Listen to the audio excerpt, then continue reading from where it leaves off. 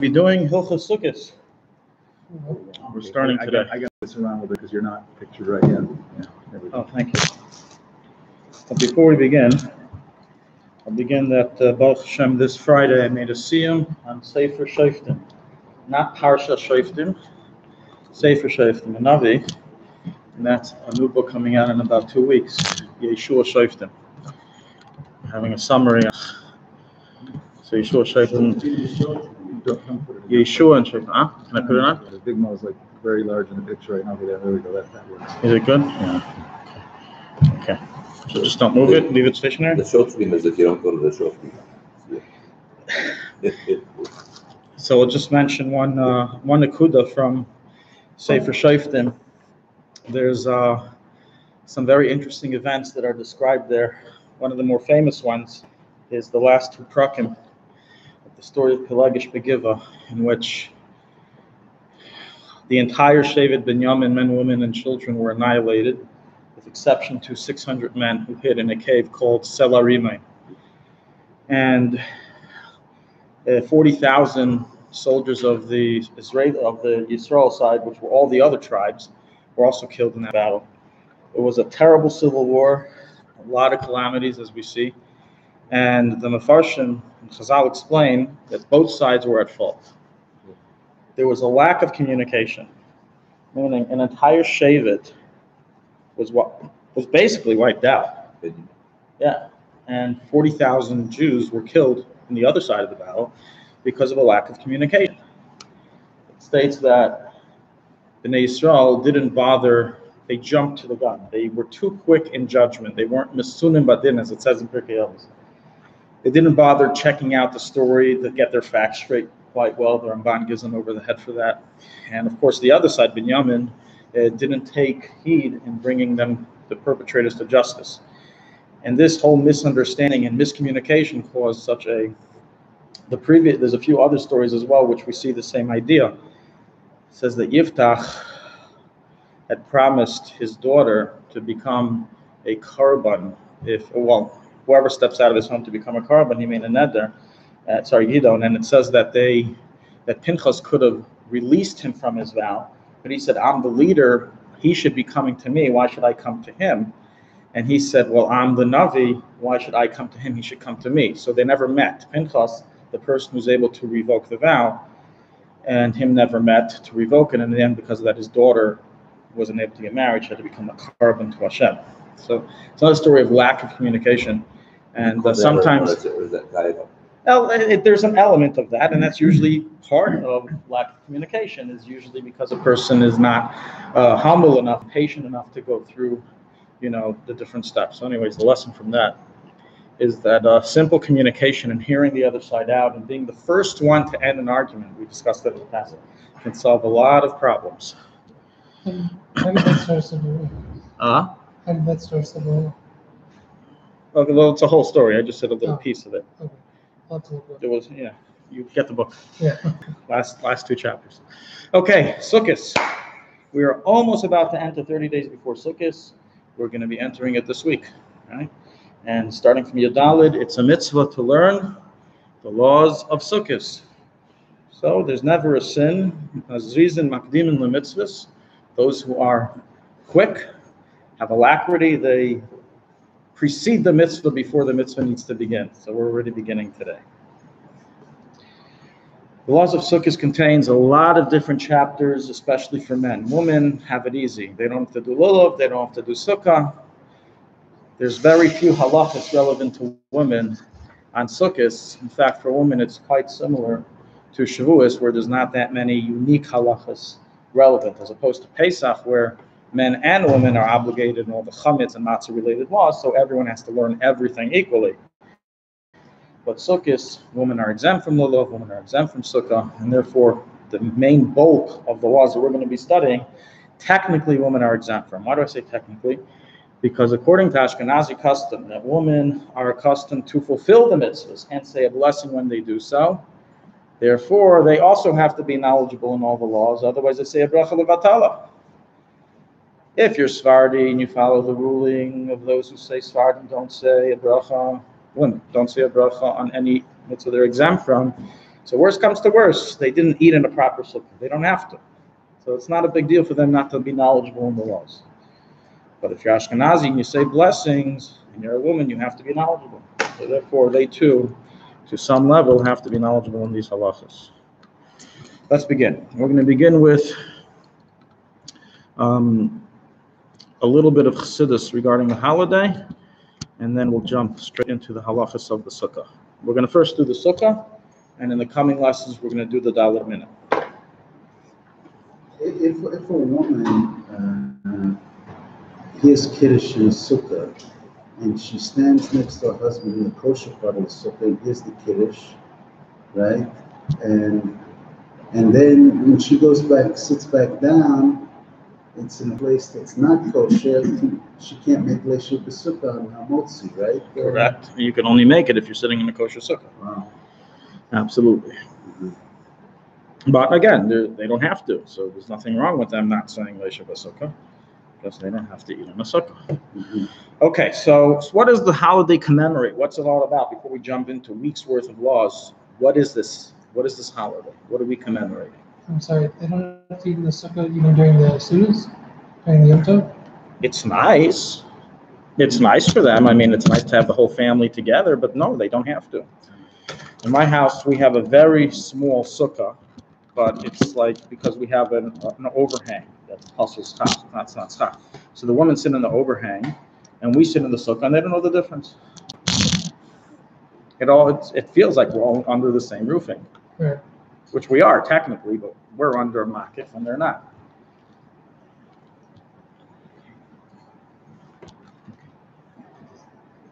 So this holiday of Sukkot commemorates. Well, I'll give you guys a chance. What is it commemorating?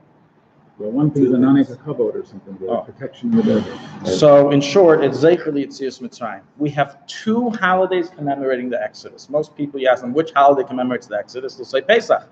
Most people don't think of Sukkot. Sukkot is also in commemoration of Yetzias Mitzrayim.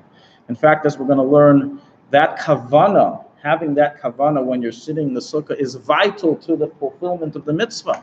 It's not just a nice thing to learn of Shayrish mitzvah like people learn in Sefer Mitzvahs of the Rambam and Sefer Chinuch, to learn the reasons behind the mitzvahs. This is vital to its performance. You have to know why you're doing it. Because if the whole purpose of the commemoration is to remember the miracles that occurred by the Exodus, and you don't know that, then you're missing the whole point of this tradition. So therefore, as we're going to discuss, it's very vital to the purpose of the mitzvah and its fulfillment. So aside for this being in commemoration of Yetzias Mitzrayim, you mentioned the details of, the Anani HaKavod, the Sukkah. Those are detailed aspects of miracles that occurred, but in general, it's to commemorate the miracles. It's similar to Pesach. And as well, it is a sequel to the high holidays for Shana Yom Kippur. This we learned in the Maimar of Ani L'Daili on this past Shabbos and the previous Shabbos. We explained that the pasuk of Smoilei Tachas Reish Mir Techapkeni, which is what God gives us back after we work in Elul, part of it takes place for Shana Yom Kippur. That's the Smoilei Tachas Reish, where God gives a revelation of awe of Him. His Malchus is revealed, and the second part, which is love of God, is revealed by Sukkos. Yemina Techapkeni, His right hand embraces me, and that's what's explained in Chazal, in Teres HaKvan Chassidus, that the Sukkah is a huge bear hug from God. God is giving us a huge hug. It's a hug of love, of acceptance, and that is the revelation that is affected on the holiday. We find regarding the Sukkah itself some similarities to Rosh Hashanah. On Rosh Hashanah, we blow 100 kiyas, 100 blows, according to the custom. And likewise, the gematria of schach is 100. Samach Chaf Chaf, that's 100. It's also explained that the schach is in place of the anonim, of the clouds of incense that were created by the carbon of the Keteris on Yom Kippur. And what's explained is that on Sukkot, we draw down everything that was created on Rosh Hashanah Yom Kippur. As we said before, it's a sequel of it. Likewise, Chassidus explains that even though shade is darkened light, it's light that has been concealed, it's being shaded, nonetheless, al-pi Chassidus, that actually represents a much higher level. Light represents a level that you can vision, that you can see. But Sometimes you have light that's so bright that it's like darkness because you can't see it. That's why at times we find, not at times, the Talmudic way of referring to a blind person is Sagi Nahar, too much light. He doesn't have any light, buddy. What are you calling him Sagi Nahar for? A blind person doesn't have any light. You're calling him too much light? Because sometimes the reason of lack of sight is because there's too much revelation in the eye. There's too much power of sight. It's not limited enough. Very similar to when you open up a very, very strong pressured faucet into your cup. After 5 seconds, you see nothing's in your cup. It all spilled out. So this is a similar idea, but the point is that the revelation in the Sukkah is actually a very high level, and that's represented in the shade, and that goes on Yeshiv v'seiser elyon. I sit within the concealment of the supernal. I dwell within the highest level of godliness that's represented in the Sukkah. Regarding Daled Minim Chassidus, we'll do that before we do Daled Minim, so let's go straight into the halachas. The mitzvah of building a sukkah. The reason God commanded us to sit in the sukkah for shade is so we recall the miracles and wonders done for us in the desert, in which the clouds of glory surrounded us for shade as protection from the sun. So even though in general, as said before, it's Eichel Tzias Mitzrayim, in particular, it is in commemoration of the Anani HaKavod, that protected us. We all know that being in a desert is not simple at all. You can dehydrate very, very easily, and the desert sun is very, very strong. And Hashem created this Anani HaKavod to give us protection. That is a great miracle. Imagine walking around inside of a cloud that travels you everywhere. That's, it's like a mobile escalator that takes you everywhere you need to go and protects you from the top and bottom. You don't have to drive it, it just goes. Autopilot. So this is a tremendous miracle that we need to remember. Point out that it's brought down that also in the future, we're going to get back the Anani HaKavod. We're each going to have one. So instead of having to sprint up from the Arizal to here, I'll just take out my folded cloud, go on top of it, and be here instantly. And that's what it says. Everybody's going to have their own cloud to bring them different places. That's what's explained. It says that the Jewish people are all going to come on Rosh Chodesh and Erev Shabbos and on Shabbos to bow down to God in the temple. Who's doing a weekly trip from Australia, from the United States, from all places of the world, or even from Tzfat? Who's going to travel every single week and every Rosh Chodesh? You want to be on the camera reading? So it says that we're going to have a mobile cloud that's going to take us to different places. So it's in commemoration of the past, and keep in mind this will occur in the future. When dwelling in a sukkah, one must have intent to do so in order to fulfill God's command to sit in a sukkah in commemoration of the Exodus. As we said before, this intent is vital to the fulfillment of the mitzvah. I'll elaborate a little bit on this point. In general, the rule is that ein kavana ma'akeves. That's someone who does a mitzvah without kavana, mitzvah bli kavana, sheira, it's kosher. Kavana bli mitzvah is possible. Someone who does the kavanas of tefillin but didn't actually put it on, he didn't do anything. Someone who put on the tefillin and was the whole time thinking about the Yankees and the Mets, he fulfilled the mitzvah without kavanas. So the mitzvah, the fulfilling the mitzvah is not dependent on the kavana. There's 3 exceptions. The first exception is tefillin. By tefillin, the Bach holds that tefillin you have to have kavana, and if you don't have kavana, the actual fulfillment of the mitzvah is lacking. The mice, even then we rule that you still fulfill it, but there's damage done to the actual fulfillment itself. Likewise, the second mitzvah that's listed is tzitzis. By tzitzis, if you don't have the kavana, there's damage done to the actual fulfillment of the mitzvah. The person who put on tzitzis is to be kabel or malchus shamayim. And the third one is Succos. If there's a lack of kavanah, if you don't intend upon dwelling in the sukkah to fulfill, to remembering the miracles that God did for us in the Exodus and regarding the shade and the sun, etc., provided by the cloud of glory, then there's a little bit of lacking in the actual fulfillment of the mitzvah. And that's why it's a good thing, possibly every time you sit down to eat in the sukkah, but for certain the first night to announce before you make kiddush that everyone should have in mind to fulfill the mitzvah of dwelling in the sukkah for the sake of Zecher Tziyas Mitzrayim, Zecher Nanakoven. I'll mention also Zecher to the Succos. It's a machlekes between Blakiba and Rabbi Eliezer. If the mitzvah of sukkah is in commemorance of the clouds or commemorance of the actual Succos, we actually dwelled in Sukkot during one of the periods in the desert. There's a town that we traveled to called Succos. So some say that that's what it's in commemoration of those temporary dwellings. And so bottom line is that we should have the Prima Godim rights, you should have both in mind. So you have in mind commemoration of the Exodus in general, and in detail in commemoration of the Anani HaKavod and of the Sukkah dwelling that we have over there. Yeah. You said there are 3 exceptions. Yeah. You said Tefillin, Tzitzis, and Sukkah. What about breakfast pony? It's not. Don't you have to kavan for that? It doesn't negate the mitzvah if you didn't have kavan. Oh. Not if there's like an argument with someone you have to. That's something else. It says that someone a kohen who hates a member of the congregation can't do Nesiyas Kabbalah. That's a halacha within the full Nesiyas Kabbalah, and that has nothing to do with if you have intent or not. You validate the mitzvah. That's part of the criteria.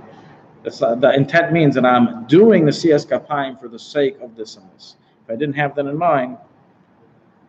Okay. Is everyone to have their own sukkah? The answer is that the mitzvah of sukkah is not a mitzvah shebegufay that every individual has to build.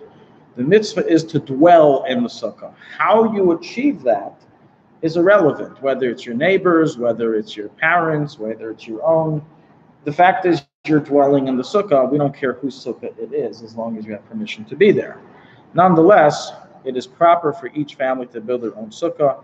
And the reason for this is because we say Teishvu Ka'en Taduru, a primal and fundamental concept in the laws of Sukkos is that you dwell in the sukkah like you dwell at home. And just like people are accustomed to have their own home and not rely on friends and neighbors and family, so too you shouldn't rely on someone else's sukkah and rather have your own sukkah.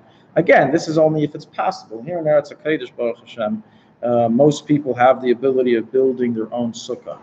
In many other places in the diaspora, where the architecture, where the building of the apartments are not made in a way that conform with Judaism to give ability of them building sukkah, so most people who live in condominiums don't have ability to build their own sukkah, and then usually they will rely on a communal sukkah or a building sukkah where everyone eats together. So that's if you don't have a choice. But if you do, certainly this is a great mitzvah.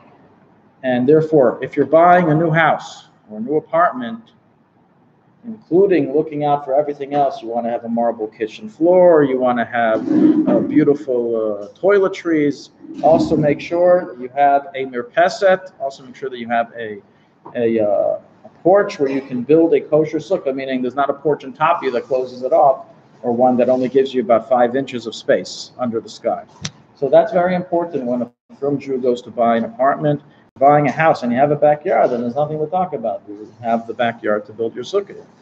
But otherwise, it's very important because practically, if you don't have your own sukkah, it is extremely difficult to fulfill the mitzvah properly. As officially as we're going to learn, you're supposed to dwell in it just like your house. So you're going to be in your neighbor's sukkah or the shul sukkah the whole week for 7 days. And for those who sleep in it, ain't maladaber, they can sleep in the shul sukkah. But even those who don't sleep, you're supposed to dwell in it as much as possible. Well, if you have it as an extension of your home, you almost don't feel like you're in the sukkah. And therefore, you can just spend time there the entire week.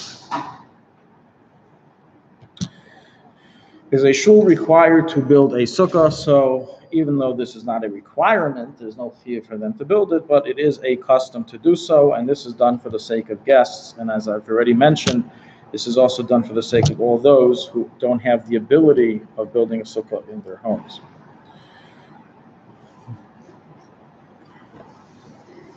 The above intent that we mentioned that one should have of having in mind to dwell in the sukkah for the sake of Zecher Yetzias Mitzrayim and the Nonei Kavod and the Succos, this applies throughout every day of Succos.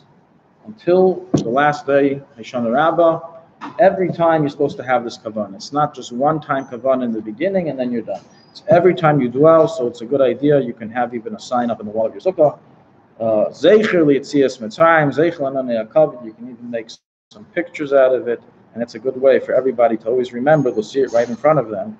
And if you're building a communal sukkah, if you're building a sukkah for Mivtzayim, and you want people to shake lulav and esrog, and you want people to eat cake and say Leishiv LaSukkah, doesn't hurt. Put a little sign up there, have a little drawing up there, and you tell them this is in commemoration of the Exodus, and then they fulfill the mitzvah properly. When are you supposed to build the sukkah? So it's recorded in the Shulchan Aruch two different directives. One in the end of chapter 624, and the second in the beginning of chapter 625. In one place it says you should do it on Matzah Yom Kippur, and the next place says you should do it the day after Yom Kippur. So what's the answer?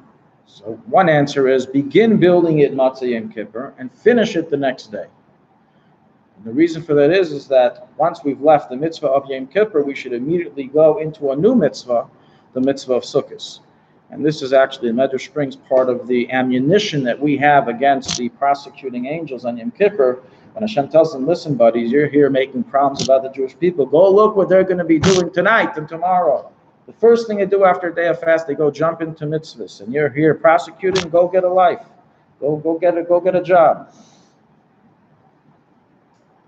It's run the Medrash. So this helps, this idea of being Isaac in the mitzvah after Sukkos is part of what helps us in the judgment of Yom Kippur. As well, the Rebbe once explained that even though we haven't seen to be people being not meaning amongst Chabad Chassidim or the Rabbein to be particular to begin building the sukkah on Matzah Yom Kippur, you should at least begin speaking about it, begin already, writing down the architecture and how it's going to be built. You can already begin thinking and planning on the night of Yom Kippur, and that's already the night after Yom Kippur, and that's already considered that you began the phase of the building, which you're then supposed to finish tomorrow, the next day.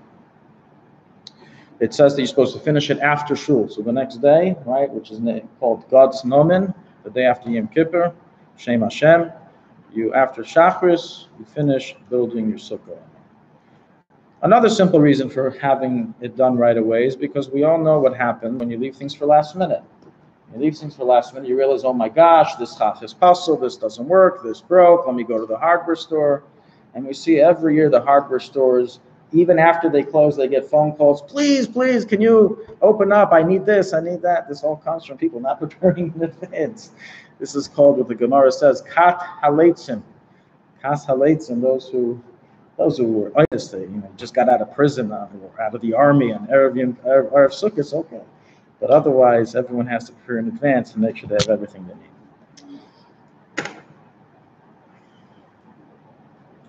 In the event that one did not build his sukkah and it's already Chol Hamoed, or you built your sukkah and then you were told, listen, there's a great place to do Mivtzayim, let's do it over here, and there's no sukkah. You just found out about it during Sukkos. Can you build a sukkah on Chol Hamoed? The answer is yes. It's not a problem. The sukkah does not have to have been built before Sukkos for it to be valid. And in fact, a lot of people end up building their sukkah on Chol Hamoed, even though they built it beforehand. How? Because if wind comes and knocks off the schach, or knocks off the wall in a way that it's possible, then in essence, when you put it back on, you have now rebuilt your sukkah. And that's why you can't do that on Shabbos. That's what we'll discuss. It's very important when you build your sukkah to make it windproof. Not windproof from Hurricane Irma or any other hurricane. That the whole sukkah will go with it. Don't worry about it. There'll be nothing left. But just regular wind that comes and can fold over the schach. So while during the week we can simply put it back on Yontif and Shabbos, it's a big problem of making an oihel by doing that. It's forbidden to fix the sukkah. You'll have to go to your next door neighbor to eat. So to avoid these problems, it should be built in a windproof way. We discussed last year, how do you build your schach, your sukkah, in a windproof method? Anyone remember? How to do it in a windproof method, to put something on top of it or something. Okay, that's usually the case. The gravitational pull causes it not to. So the best way is to do it like this. Is to do what's called a sandwich. Just like we put wooden boards on the bottom to support the schach, right? Whatever kind of schach you're using, usually have wooden boards on the frame of the sukkah to support it. So to put wooden boards on top. And don't just leave the wooden boards there free. Tie them. You can take even those zip ties, plastic ones that we call the plastic handcuffs. that they use when the police department doesn't have enough funding for real ones. And so what you do is that you squeeze the two boards together. So you put one parallel to the other with the schach in the middle. You tie them down. Do this in 3, 4, 5 places depending on how long your sukkah is. And if anything will fly, it'll be the whole sukkah together. So your sukkah will remain always whole. The wind will not blow away your So schach. there's a board on top, and then Tsfat above the board, and then another board? Yeah. Yeah. And the board doesn't. Again, But I thought you have to have One, you have to see. 2, 3, 4, right? But I Put thought the you have schach to on see top. some of the sunlight. Oh, I will. Listen to what I'm doing. I'm having a board of wood this thick. Okay? Another one here. That's one. This is all space. No make believe there's no table here. 1, 2, 3, 4. I put my schach on top. I take another board. 1, 2, 3, 4, and then I tie. Oh, I see. So in between, Yes. you can see the Tsfat alone. Of course you see the schach. Yeah. And the places where the board are still kosher. Absolutely. First of all, boards are kosher for schach minadin. Oh, Depending how wide you're using. If you're going to put on, a roof, then no. If you're putting on the regular boards that they sell to support the schach, those are A, kosher for schach, and B, even if they weren't kosher for schach, there aren't enough of them to passel your sukkah. Your sukkah is 90% kosher schach that's hovering over you. But again, it's kosher for schach, so it's not a problem. Okay, who may build the sukkah? So it sounds like a little bit of a strange question. I mean, anyone who wants to build it. So we have a concept in the Mishnah, and Sukkos brought in the Shulchan Aruch, I believe it's in Tafish Lamed Zayin 637. Sukkos Ganbach. What does Ganbach stand for? So it stands for a whole bunch of weird things, but one of them is Goy, Machri, a Gentile. And another one is Nashim, women. And it says that a sukkah built by a woman or by a Gentile is kosher. Kosher. In other words, it's not like a din of tefillin, where if a guy made you the most beautiful batten in the world, and he has the best handwriting in the Guinness Book of World Records, and he made for you your parashiyus, it's possible.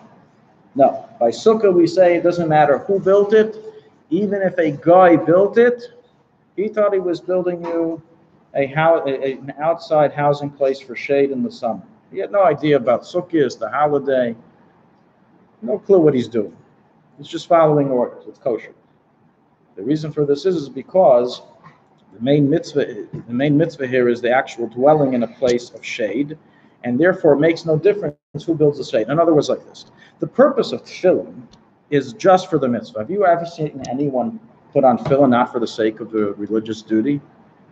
Do we ever have like a desire in the afternoon to put on tefillin because it just looks really cool and feels good and the acupuncture points? No, it's only used for the mitzvah. That's its whole sole purpose. So if the guy didn't do it for that purpose, it's possible.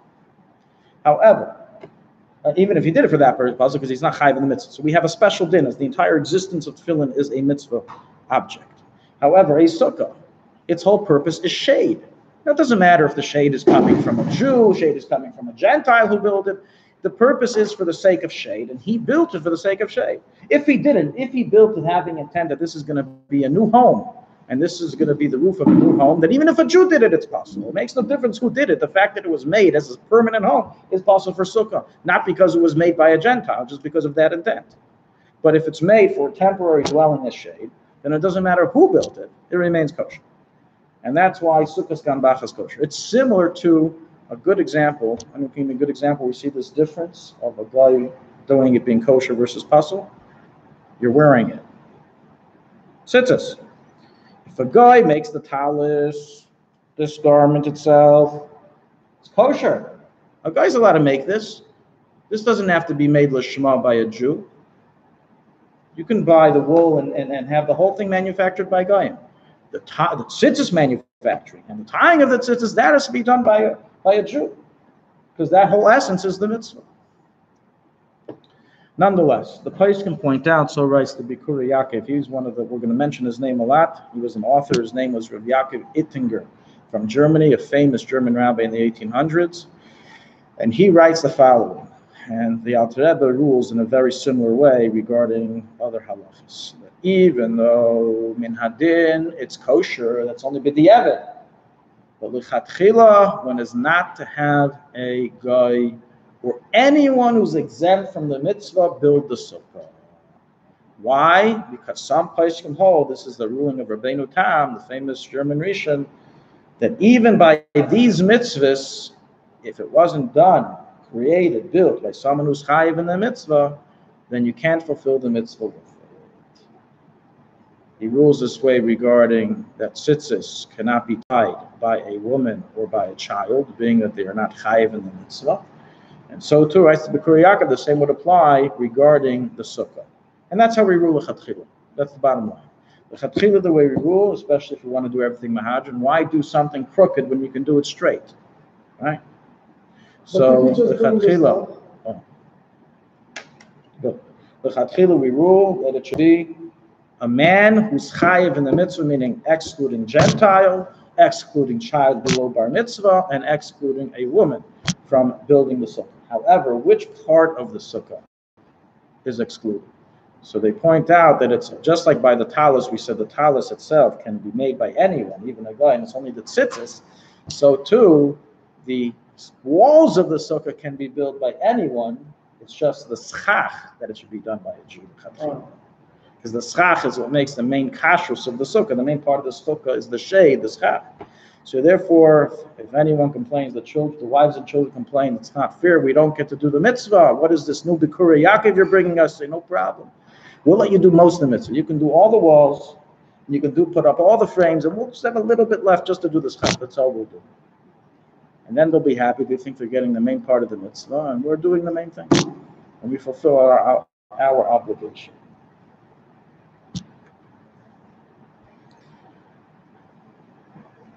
You mentioned the wind. I'm actually more concerned about the wind with the walls than I am the wind with the. Well, obviously you have to secure your walls. Our building is very windy. Right. Yeah. It's yeah. Every time I pass by, I wonder. I won't finish the statement. It's right at the edge there.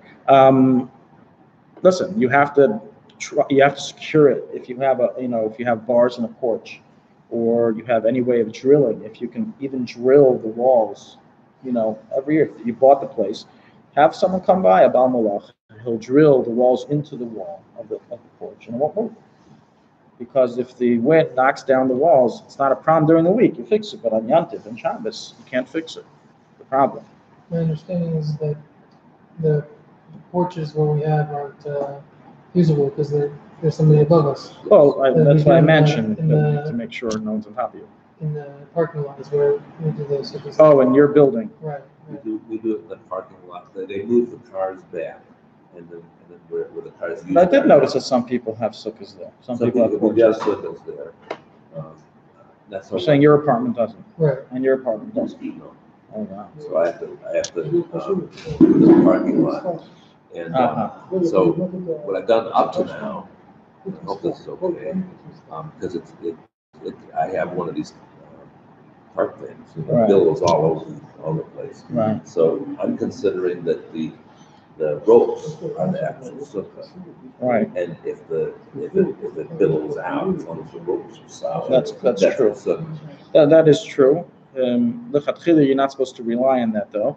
But if you have the ropes as a backup for the plastic tarp, then it is valid. But again, the best way of doing it is what a lot of people here do in Eretz Yisrael. They just buy wooden boards. They buy wooden boards to build up the sukkah. But it is true that the having the ropes within 3 tefachim of each other does help secure. It's an insurance policy for that. We're going to get to that later, though. We're going to discuss all these details when we get to it about we're going to discuss how to build a kosher sukkah. That's what we're here for. Okay, who should build it? Should one personally build it? Okay, so we went down. We were able to knock it down. Women shouldn't, children shouldn't, the men in the family. Which man should be doing it? So the Baal Bayis, the person who's in charge of the home, who has his mitzvah to build the sukkah, it's proper for him to do so based on the dictum of mitzvah ba yesem b'shluchay. Since it's always a mitzvah better to be done personally by the person by a shliach, therefore he himself. This can even mean that he can do part of the schach. Someone puts up the schach, if he's very busy, he just comes along, puts the rest of it up, and he has fulfilled the mitzvah of doing the sukkah. Personally, the Rabbi were not particular to personally build their sukkahs, although the Rebbe was always particular to put some schach on it. He always added some schach. And it's told of Rav Hillel Paritcher that he was very makpid to build the sukkah itself, including the walls. And Rabbi Elimelech explains that getting involved in the mitzvah of sukkah personally helps to sanctify your limbs. This is one of the few mitzvahs that we get to labor ourselves in. You know, women do it every Shabbos. They make the challahs. They have a lot of laborious mitzvahs. What's our laborious mitzvah? Put on tefillin, wear tzitzis. Doesn't take that much effort. Sukkah is a mitzvah that you're able to sweat away, work hard. And that's why we should never be distressed or upset or stressed out of building the sukkah and of difficulty. That's the mitzvah. Sanctifying one's body for the sake of the kedusha of the mitzvah. Okay. We're going to move on to sukkah ownership. This is going to cover a few different points. Point number one. Do you have to dwell in the same sukkah throughout sukkahs? Or can you hop around? One day one sukkah, one day the next sukkah. And the answer is, even though it says Basukkahs Teshvu Chidas Yamim and Teshvu Kain Tadur, and usually people don't buy a new home every day. Some people. But most people don't. Nonetheless, it is okay for a person to go sukkah hopping and one day live in one sukkah, another day live in another sukkah. There's no obligation to live in the same sukkah throughout all 7 days. Likewise, a borrowed sukkah is kosher for the mitzvah. We don't have a halacha that the sukkah must be shelcha, that it must be yours. Even if the sukkah is not yours technically, it's borrowed, it's kosher. In other words, like this. By Daled Minim, we're going to learn that on the first 2 days in Chutz La'aretz, and all 7 days in the old city of Jerusalem, it has to be owned by you. And if you don't own the Daled Minim, that it has to be given to you as a present Almanas Lahachsu. If he says, this is not a present, I am lending it to you and give it back, then you're not yet to the mitzvah. On first day in Eretz Yisrael, second day also the second Chutz La'aretz, and all 7 days by the Beis HaMikdash. However, by a sukkah, if he says, I am lending it to you, it's considered like it's yours, and you're yet. So a borrowed sukkah is valid. He doesn't have to say matana manas lahachsu, you don't have to hear that from him. So to a sukkah with joint ownership, that 2 people own it, as I think that's what you were describing, you guys build, or it's just yours? In any event, you own individual ones. Okay, but a joint ownership sukkah is also fully valid for the mitzvah, and you don't have to ask the other partner permission to dwell in it, because that's why it was built, for each person to come when he wants. However, a stolen sukkah is problematic. What does a stolen sukkah mean? So there's a few different types of stolen sukkahs.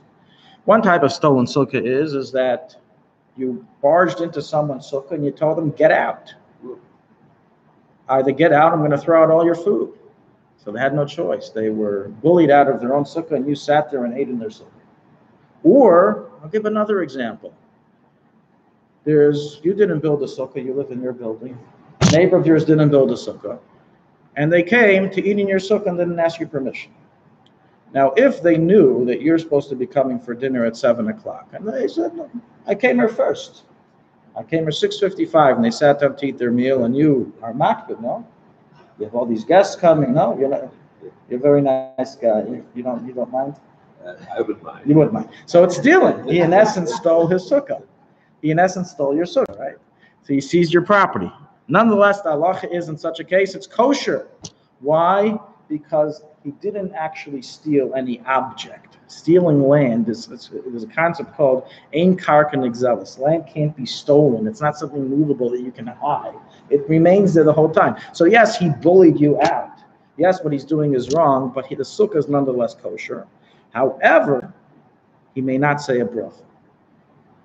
Can't say a bracha b'leishev b'sukkah, because what are you blessing God for when you're doing a sin of stealing? In other words, even though this type of stealing doesn't invalidate the sukkah, he's still filling the mitzvah. But nonetheless, he can be happy and excited about it and thank God for fulfilling the mitzvah when God doesn't want him to do the mitzvah this way. Similar to mitzvah haba ba'avera. Is it the same if no one's around, like they went away for Shabbos and Sukkah's just there available? They didn't ask permission? So the answer is like this regarding, do you have to ask permission? Do you have to ask permission before you eat in somebody's sukkah? So the answer is that you do. It's asur lechatchila to enter another person's sukkah without permission, even if your intent is not to steal it, but just to use it. If he comes, I'll leave. But this only applies if the person is currently in the sukkah. Meaning, if I know that's the case I gave you. I know you're going to come at 7 o'clock, or I wasn't born yesterday. We know people eat dinner from any time between 6 and 8. So I know this is the time. So then I cannot go in the sukkah during the time I know you're going to come, or if you're already there without permission. However, if it's, let's say, 11 o'clock in the morning, then it's not breakfast time. It's not, unless you're Lubavitch, it's a different story. It's not lunchtime. So I have no problem because I don't have to assume that you're going to be there. And in such a case, it is permitted to enter there even initially because you're not there, and I don't expect you to come. And the reason for this is because even the chatchila. And the reason for this is, that doesn't mean you can go through your house, open up your door, go through your house, have a drink, open the fridge, and then enter your sukkah in the porch. No, this is referring to a sukkah that's outside. It doesn't have to go through your property. And the reason is as follows, because the sukkah is a mitzvah, and there's a klal that people enjoy when other Jews do a mitzvah with their property if it doesn't cost them money. It costs them money, atkan. But if it's free mitzvah. So if I get a free mitzvah out of it, it costs me nothing. So most people don't mind. If you put up a sign in your sukkah and said, I know the halacha of Shulchan Aruch, but I don't let anyone come to my sukkah, then you're right, you override that halacha. Because the halacha is based on the assumption that most people don't mind. But if you have revealed, don't enter its dog inside, then, everyone knows that you do mind at all times anyone entering. You can do something that will benefit somebody else without asking, right? So with that, because it actually benefits only by me. mitzvah. For a mitzvah, if somebody eats in my sukkah, then I get mitzvah credit. So it actually benefits me. Correct. So that it may be by that halacha that would be okay. That's why we said, but assuming that you're not going to be there. Yeah. But if he knows you're going to come or you're already there, then it's a problem. Because then you do mind. That's the whole idea. Do you mind or do you not mind? So if they specifically say don't go in my sukkah, then for sure it's stealing. 100%. If some people used my sukkah and they left trash everywhere, they didn't clean up after themselves. I'm not. It's a loss. What did we say before? We don't mind when it doesn't cost us any money or any tircha, any bothersome. But if it does, then we do mind. So and what some people do is that they put up signs in front of their sukkah saying anyone can enter from these hours to these hours, and it's understood from there for most people that by other hours don't enter. Not everyone understands English, but most people understand the inference to make from that. Perhaps you put a lock on it. Well, if it has a lock, then certainly that means you're makzir. Okay. Now, based on this halacha that we just learned, there's a very common case of a stolen sukkah that can take place that people don't always pay attention to, and can invalidate the sukkah, and this applies to all those who build the sukkah outside their property. And this is the topic of where should the sukkah be built. And the real question is, can you build a sukkah in someone else's property? And the answer is that it is asur to build a sukkah in someone else's property. Now, just like you can't go into your neighbor's backyard without his permission and build your sukkah there, and if you do so, then even though it's technically kosher, because we said ein karka and nigzelis, you can't say a bracha leishad basukah there. So too it is with public property. Public property, as unlike some people think, doesn't mean I own it. Since you don't own it, that means I own it, so I can do whatever I want in the street. I can put my boxes down on the sidewalk and make people trip and fall. No, it means that everyone has a right of equal usage towards this property. It's public. For you to go ahead and plant something there that's going to be staying there for a significant amount of time is called stealing property from the public. And therefore, someone who does so, even though, again, the sukkah remains halachically kosher because the land can't be stolen, You cannot make a bracha in such a sukkah. He has to live in such a sukkah without saying leishav b'sukkah. Even if he built the most mahadran sukkah and he's very frum and he's so mahadran, he built it in a public area without permission. Now, if let's say you're building it by your building's front yard, then you speak to your vada bayis. Your vada bayis tells you, no problem, that's it, you got permission. If your vada bayis tells you, listen, where you're building it, it's problematic, it's in the way, don't fight with him, because if you're going to push it, if you're going to bully him into just backing off, in essence, you have gained nothing. You've just created bracha levatalas every time you say bracha b'leishav b'sukkah because they didn't give you permission. So you have to get permission to build it in a public area, whether it's public of the city, on a sidewalk, or whether it's public in the courtyard, backyard, front yard of an apartment complex. So that is extremely important to speak to your vada bayis. So by building is quite simple. Speak to your vada bayis, person in the building management, and that's it. And they tell you where it's okay and where it's not okay to build a sukkah. This, unfortunately, not everyone follows this. We see people who, very from, but they build their sukkahs in a way that they're saying brachas levatelas every single day. Why?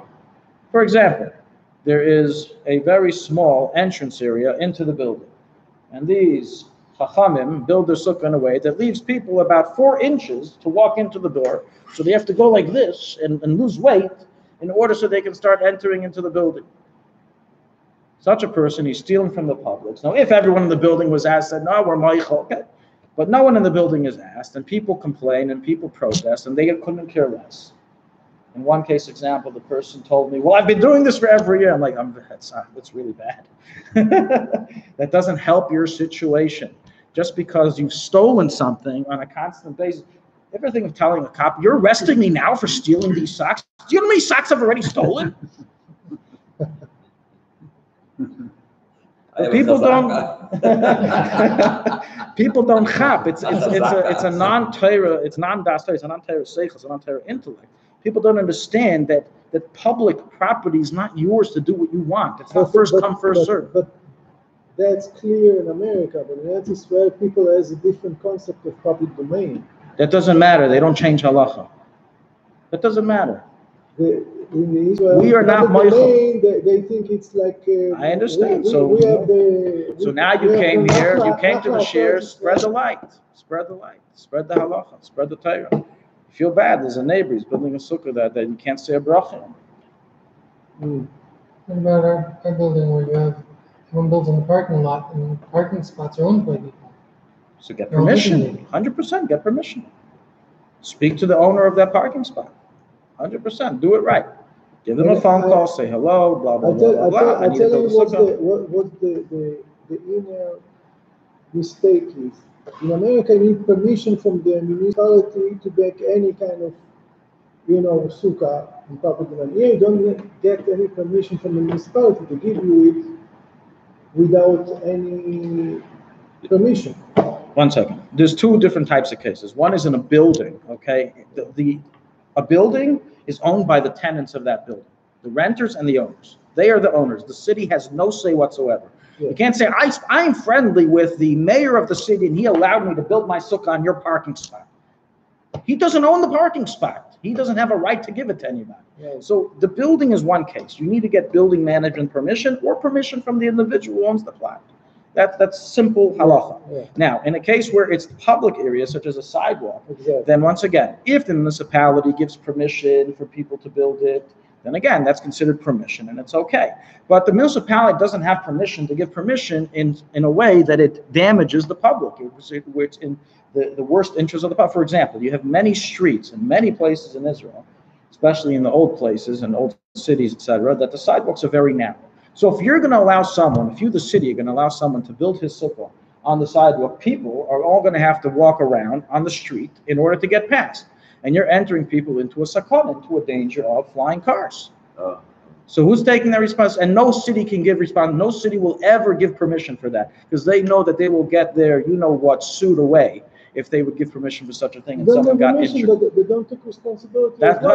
What do they take responsibility over? That's another discussion. Okay, that's a completely another subject. But just because they don't take responsibility doesn't mean they give it permission. So bottom line is that to build it in a way that's going to infringe on the public's ability to be able to use the sidewalk, is usher, and a person can't say a bracha on such a sukkah. Rabbi Yosef once told me that he was walking near his home, and a neighbor of his built his sukkah on the sidewalk.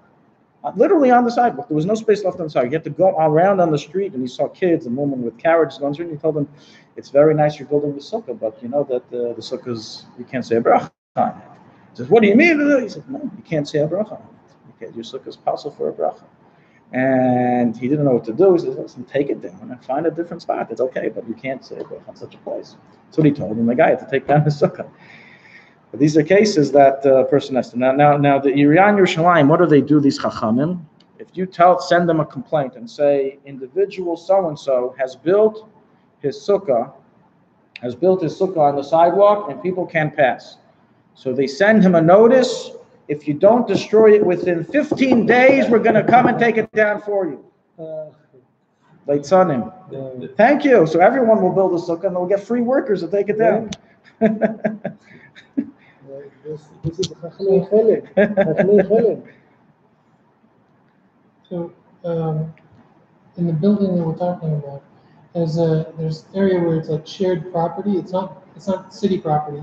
It's like building property, Right. but it's not someone's particular parking spot. So you speak to the Vadabais, Okay.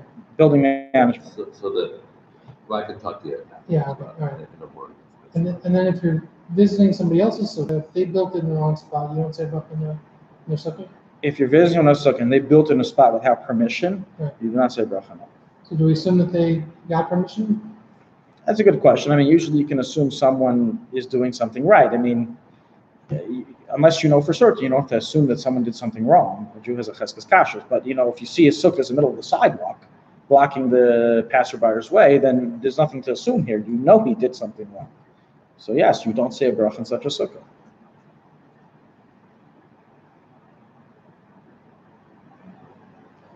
What I once saw somebody do in order to avoid this is he built 2 doors to the sukkah. You can go right through.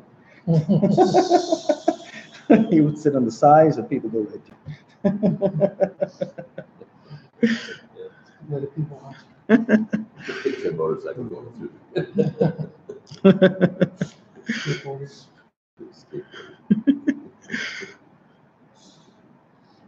Okay. A mobile sukkah. Is a mobile sukkah valid? You have a huge Toyota pickup truck, you build a nice hefty sukkah on the back, a portable sukkah or Chabad sukkah mobile, are they kosher? The answer is that so long as they are strong enough to last a blow of the wind, not a hurricane wind, not a tornado, but a regular wind, then they are kosher. And this applies even when they're moving, even though we have a concept called oihel, zerekes, einishma oihel. A moving tent is not called a tent. Regarding this matter, it is kosher. Likewise, a treehouse sukkah is kosher. So kids who have a few trees next to each other and they built a treehouse during the year, they want to have a treehouse sukkah, they can do it, and it's a kosher sukkah. They just have to make sure that the schach is under the sky, not under the trees. Also, they can't climb up into it on Shabbos and Yantiv, so it's only a weekday sukkah. Yeah. You can't dwell in it on Shabbos and Yantiv. No, it's here. I got it here. Set you up for the next Building a sukkah over a lawn. Here in Israel, it's not such a problem because we don't have grass growing in too many areas. But in many places where you have, especially if you're building it's in your backyard and you have grass, you have a lawn. So there's no issur from the laws of sukkah in building the sukkah there. The problem is that what happens if you choke over some water and all over the grass, or you just happen to spill your drink over the grass. You end up on Shabbos and Yantiv doing the issur, the malacha of zereya, of planting.